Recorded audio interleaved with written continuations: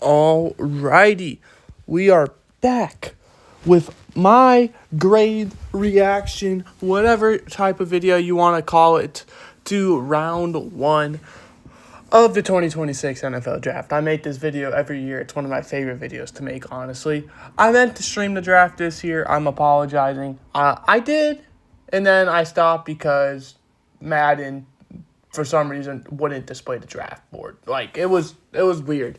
So, apologies. Hopefully next year we're able to do it. Hopefully the game's able to fix that issue. Yeah, screw you, Madden. But anyway, we're talking about the draft. We're not talking about Madden. Starting out, pick one from Fernando Mendoza, quarterback out of Indiana. Good pick. I mean, this was the expected first overall pick for practically every single person. I know there was some people like, oh, maybe they go Ty Simpson. Yeah, that wasn't happening. Obviously, it didn't happen. I'm not really going to grade this pick. I'm not surprised. This was the standard pick. But, I mean, I'll give it, in terms of need-wise, an A. And this is going to be A+ to F-. So, a lot to... Basically, we're doing school vibes. You know, we're like you got a grade on your test. But yeah, pick number 2, we have David Bailey, the edge out of Texas Tech. This, in my opinion, is a great pick. I did not think they were going him. I thought they were going Arvell Reese. I'm pretty sure everyone thought they were going Arvell Reese. Now, I do think Bailey was the better player. However, I do think Reese probably would have fit the Jets system more. However, it looks like they went best available route, and you can't really fault them for that. So I'm also going to be giving the Jets an A, because no matter what, as long as they took literally Bailey or Reese, they would have done well, and, well, they did. So at number 3, this was my first surprise. We have Jeremiah Love.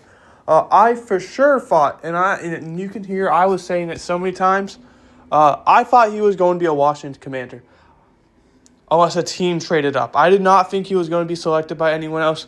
Here he is, though, going top 3, making him the highest paid guaranteed money running back without playing a single snap. So if you're Arizona, you better hope he's good, especially when you have guys like Trey Benson, Tyler Algier, James Conner, all in that system. We'll see how much playing time he gets. I'm not a big fan, but I also don't hate it. I'm going to give it a B-. I think it's very early for a running back, but at the same time, he was the clear-cut running back 1 in this draft. So if you think he was worth a top 3 pick, then we'll see. I'm trying to think of a running back who went before him. The only one I can think of in recent years was Saquon Barkley, and obviously he has been amazing. So, yeah. At number 4, we got Carnell Tate, wide receiver out of Ohio State. This was a very curveball pick because, yes, the Titans need a receiver, but it kind of felt early for Tate. He definitely felt like he was the top 10 pick. It would just kind of fall in that second half part, picks 6 through 9, or 10 if he happened to fall. But he ends up going at number 4. I don't hate the pick for the Titans. You just argue, are there bigger needs? Because you had some flashes last year from... man, I'm stuttering today. Alec Iamaner and Chimere DK. DK more in the special teams realm. But you also you bring in Wan'Dale Robinson. So you'd think maybe they go receiver day 2 or they trade back into the first round, which they did. But we'll talk about that, obviously, when we get to that pick. I'm going to say this is a flat-out B. Because, yes, you got I'd say the best receiver in the class. However, the Titans have had a history of drafting receivers at 4, Corey Davis much. He didn't really pan out. So we'll see if Carnell Tate pans out here. But I don't know. I feel like you should have addressed one of your bigger issues first. Especially when this was a very defensive-loaded first round. I mean, and not saying there aren't going to be quality defensive guys in the second, but... and third, but I feel like if you were going to be looking at defense, it was this year's draft for the first round.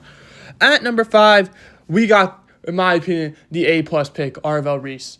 Yes, you could argue the Giants didn't need him, which I actually will drop the grade because you look at their guys, they already got Kayvon Thibodeau, Abdul Carter. Like, they got the edge rushers locked down already.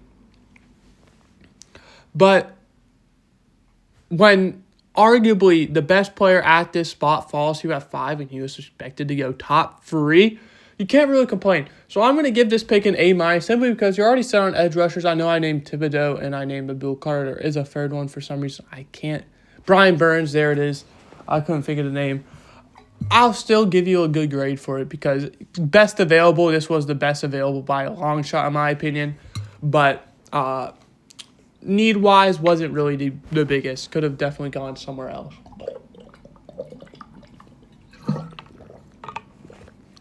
Entering pick 6, we have the Chiefs.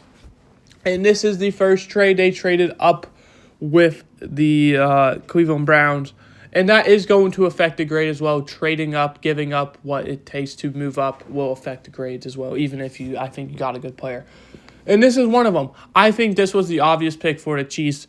I was pretty much predicting it every mock draft, Mansour Delane. My big concern is, obviously, he was very injury prone. Missed a big chunk of last year. In fact, most of it because of that injury. But I thought he would have been there at 9. Now, maybe the Chiefs say, we don't think so. I thought he would have been. So, because of that, I'm going to drop the grade. Probably down to a B+. We'll say A-, because I think this was the clear-cut pick for the Chiefs. They get their guy. However, I do think trading up was unnecessary. Next, we have the Commanders taking Sonny Styles, A+. This is my first A+. You get the guy who is going to be replacing Bobby Wagner.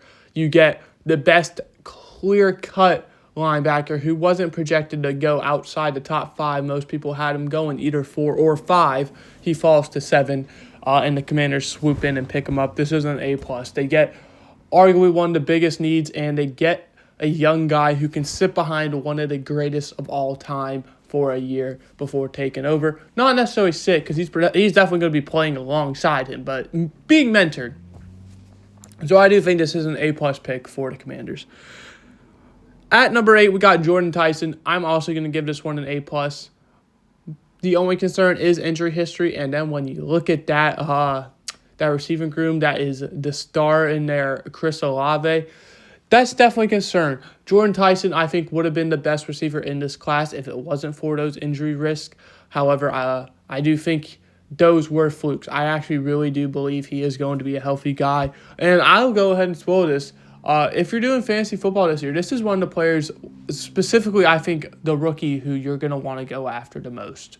So, yeah, I really like Jordan Tyson here. I'm giving this an A+. At number 9, we have the Browns getting Spencer Fano. I'm giving this one an A. The only reason I'm not giving it an A+ is because Francis Mauigoa was there. Maybe you argue he's better. But I do think the Browns were going to lineman. I know a lot of people are saying Fano was their guy. And the fact they were able to get him at 9 after trading down, gaining some assets, I believe it was like a 3rd and a 5th they gained. This is a good pick. So I'm going to throw it at A. But if you argued A+, I would not be upset. I think they got their guy. They got their position. At 10, rounding it out, we have the Giants. Same thing as before. Definitely going best available route in their eyes, and that was Francis Mauigoa. Not necessarily their biggest need. However, like I said, when you get one of those best guys, you can't really pass it up. So I'm going to give this one an A-, because you could argue, he could him and Andrew Thomas, one of them can switch over to the other side I don't know a whole lot about Mauigoa. Maybe he's a natural right tackle, you think, or maybe he could play inside at guard center. The Giants definitely did need some O-line help. However, it wasn't that big of a need, but they go ahead and address it anyway, and I do think that is going to really help because you're going to look at that now. They didn't take a running back. Maybe that changes in round 2, but for now, we're grading strictly off of round 1. Obviously, Cam Scatterbu, Tyrone Tracy are probably going to do well, especially Jackson Dart as well, who is a mobile quarterback. At number 11, I think this is another A+. You have the Cowboys trading up only one spot, giving up a decent bit. I believe it was like a 5th round pick or something. to get Caleb Downs, in my opinion, the clear-cut, how is he still here pick. You think he'd be gone by this point, but no, he's still there. A+ all around.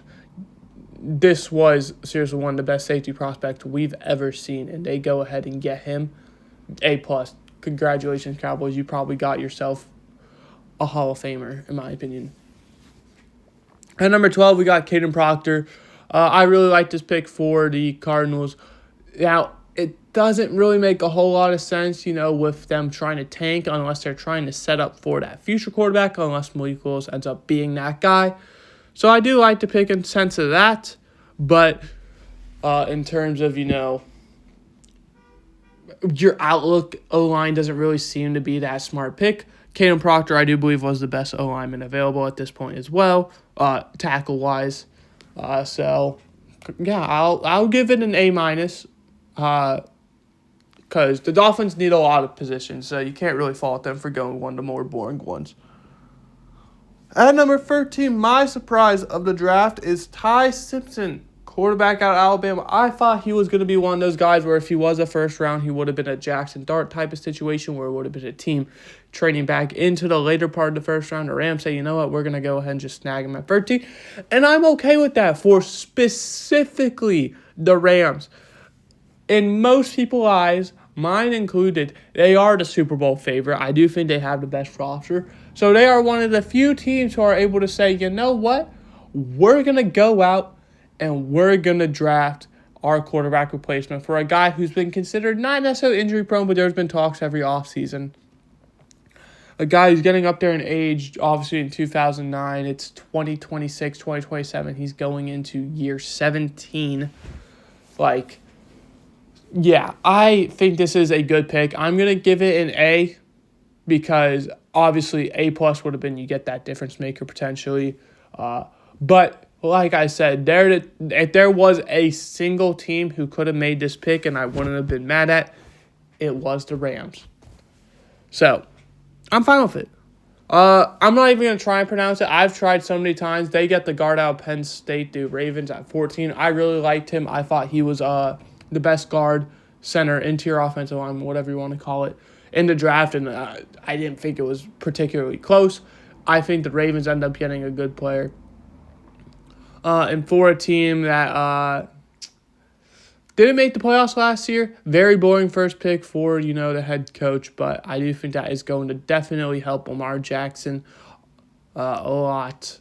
So we'll see how, the offense is able to do, but I'll give that a B+ because, I'm not too sold on it, but I do definitely like the pick. At 15, we got Rueben Bain, A+. How did he fall to 15? He was someone I was surprised. I was constantly mocking. A lot of people were constantly mocking him not leaving the top 10. And for him to fall to 15 for the Buccaneers who didn't have to trade up for it, A+. They get a need. They bolster that already dominant defense with guys like Antoine Winfield, Vita Vea. And it only gets better. Sign me up.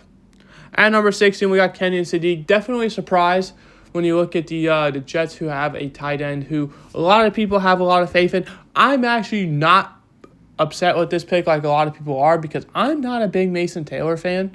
So they go ahead, they say, hey, we're taking tight end. We're taking Kenyon Sadiq, the clear-cut best tight end, the only one expected to go in the first round. Question is, obviously, it's the Jets. What's going to happen? What's going to happen to him? Mason Taylor, who's going to kind of do it? For that, I'm going to give it a C+ because, like I said, I really do like this pick for them. But I know a lot of people also don't. And obviously, with the young upside that Mason Taylor has, one of them's probably going to get thrown to the shadows. This was a very similar to Michael Mayer, Brock Bowers pick. But look how that ended up. So, I mean, we could be looking at that next situation. At number 17, Blake Miller, tackle for the Lions. This was a very obvious pick. Let's not sugarcoat this, all right? It was known the Lions wanted O-linemen. They were, I believe, willing to trade up to get that O-lineman if push comes to shove. They get one who falls to them. They're obviously very, interested in him. I really like this. I'm going to give it an A- because I wasn't the biggest Blake Miller fan. I definitely thought he was a round one guy, but not quite the definite guy. Number 18, we have Caleb Banks, D tackle for the Vikings. I thought there was no way they didn't go with Dylan Feeneman. But they go D tackle. Definitely a need for them. Obviously, there were some talks with that D-line getting traded, so maybe this bolsters it up. I do like this pick for the Vikings, bolster up, maybe trying to build that next coming of the Purple People Eaters. However, I do think there were, in my opinion, some bigger needs. Now, D-tackle was definitely a very big need, but I do think you could have gone somewhere else. Specifically, build up that offense. Obviously, I like it a lot, but I feel like you would have wanted a wide receiver. Because who you got besides Justin Jefferson? Exactly. No one I'm confident in. So I'll give it a B+. Number 19, Monroe Freeling. This was one of the linemen. I was like, wow, he's falling a bit. I would have personally gotten him over Blake Miller. But like I said, Detroit maybe sees something I don't. I really do like this pick for the Panthers. Obviously, they made the playoffs last year. This is just going to be to simply help Bryce Young out, see if he is that franchise guy, build up that O-line for the next guy in case he's not. I'm going to give this a solid A-. Obviously, there were some other needs. Same thing with the Panthers as the Vikings. Besides Ted McMillan, who do you really got?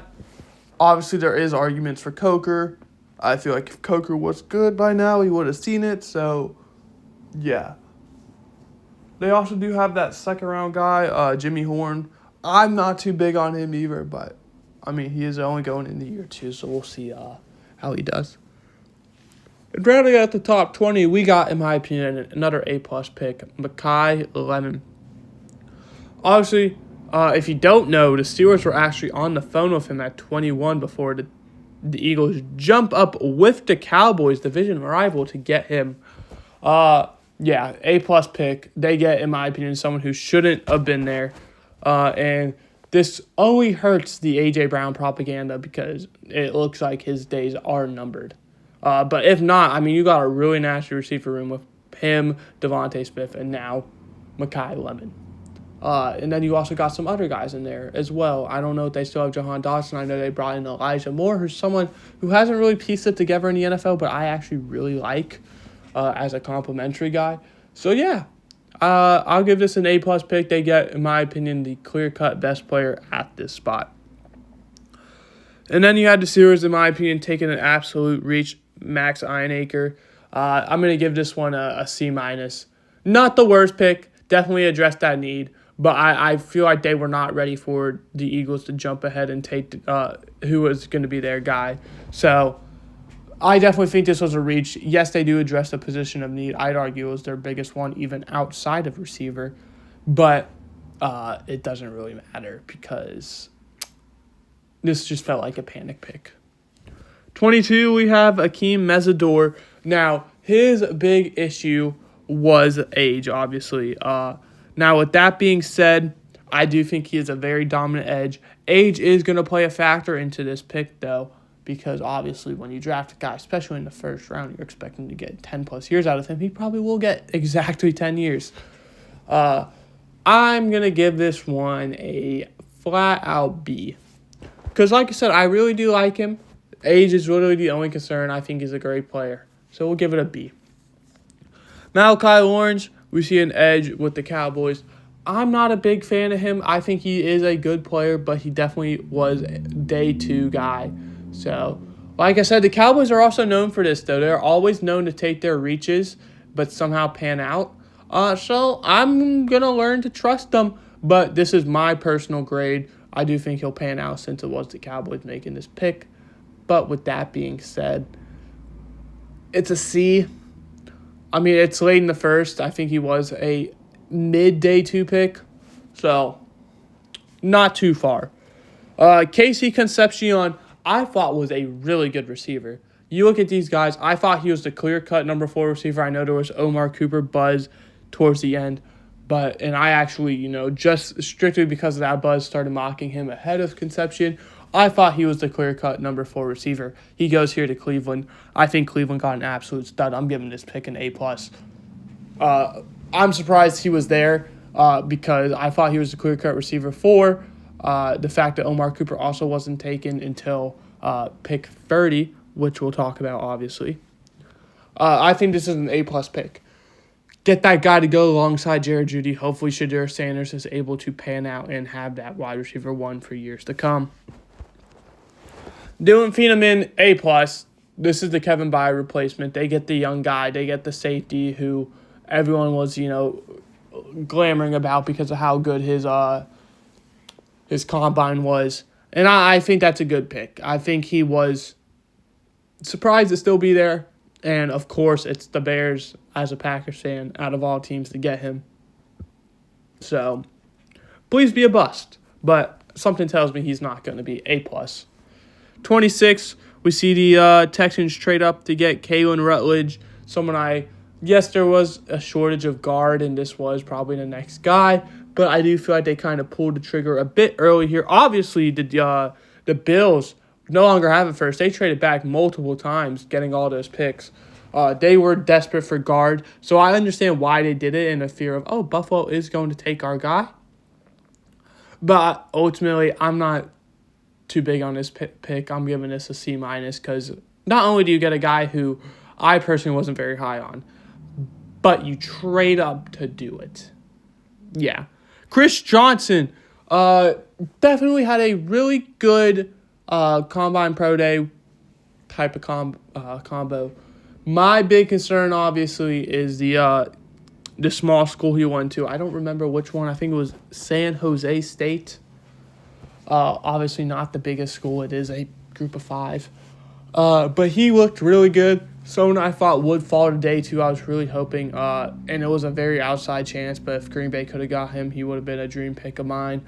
But he ends up going in the first to Miami. I think he's going to be a really great guy. I'm going to give this one an A because, yes, you traded up for him, but in fact, I'm going to drop it to an A- because I don't think he was the second best corner, which is where he was drafted. I do think he was probably behind Avion Terrell and I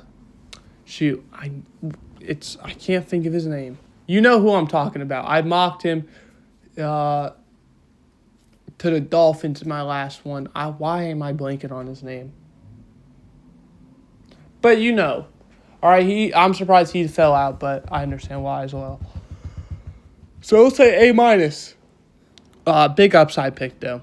Caleb Lomu to the Patriots. They get their must-needed offensive lineman. This is an A for me. You do trade up with the rival, which is the only concern. But you get that much-needed guy to help protect Drake May for that future. Hopefully he pans out. So, yeah, I'm not too mad about the pick. Peter Woods falls all the way to 29. I was mocking him at like 14 to the Ravens. This is an A+ for the Chiefs. And there's not much I'm really going to say. They needed a lot of needs. This is to go with Chris Jones. This was by far best available player. So, yeah, A+. Omar Cooper, another one. Jets trade back into the first round. I definitely thought he was a round 1 receiver. However, he goes to the very end. Jets trade up to get him. That's really nice. Gets him that 5th-year option potential. I'm going to give this one an A. Now, my big concern is I don't think he's going to translate very well to the NFL immediately. I think this is going to be one where it's going to take a while for him to develop. But that's okay when you're in a receiver room with Garrett Wilson as your lead guy. And I also really do like A.D. Mitchell as well. So hopefully those three can create a pretty good pairing for years for whoever their quarterback ends up being, if they do decide to roll with Geno Smith after this year or if they end up drafting a guy. But at number 31, Keldrick Falk, I was like, man, how is he still here? I thought he was going to fall out of day 1. I thought he was a really good edge. The Titans say, hey, we're going to jump in and take him. And this is, in my opinion as well, another just give us the best available because I don't think the Titans' biggest need is edge rusher. But when you get a guy who, in my opinion, was supposed to go mid-day 1, falls all the way down to 31, I'm not going to complain about that value. So, not the biggest need. A minus for sure. I don't know if I gave a grade for the Jets pick. I'll give it an A minus as well. And then number 32, Jadarian Price. I'm going to give this one a D+. Was the backup at Notre Dame to Jeremiah Love. So if you really think he's worth that first-round pick, then sure. But it's the same time, it is Seattle. They just won the Super Bowl. Can't really fault them for their logic, so he'll probably turn out. But there was probably some other guys you could have argued to go. But they get the running back. Obviously, it was Kenneth Walker with Zach Charbonnet dealing with injuries, unless you were really saying, hey, Emmanuel Wilson's going to be our day one guy. This is a good pick. Now, disclaimer, I don't think if you're a fantasy football person, this is someone I would avoid. This is going to be the Caleb Johnson Pittsburgh Steelers guy where there's a lot of hype. I would avoid Jadarian Price if I'm fantasy. But those are my grades. Biggest winner from, I'd say, value-wise, and I keep praising it. I think the Cowboys definitely won. I also really like the Saints. And then I do think also you look at the Bears getting a win there. Biggest loser, I'm not going to talk about the Seahawks because I feel like that's pretty obvious. I'm also not going to say the Jets. I'm going to say Pittsburgh. Their guy gets stolen from them. I feel like this was a very panic pick. So, yeah, I'm personally going to go with Pittsburgh as my loser. Also Commanders. I didn't mention them. I think they're another winner. But that is going to do it for this episode, this little recording. I will be posting my reactions to the Packer picks on here. Assuming they make picks, they might just say, you know what, screw it. We're going to trade all of our picks for 2027, and this is going to be a very miserable draft. But even though they didn't pick it all in the first, I still had a great time. But let me know who you think your team should have taken if they had a first-round pick. If not, if you're like, oh, we should have traded back in. If you're happy with your team's pick and whatnot. By the way, here is the username, Yoshi's_Wisey, if you do want to follow me on Twitter or X, whatever you call it. But yeah, I hope you guys enjoyed. I did, and I'll see you guys next time. Goodbye. Hope you enjoyed.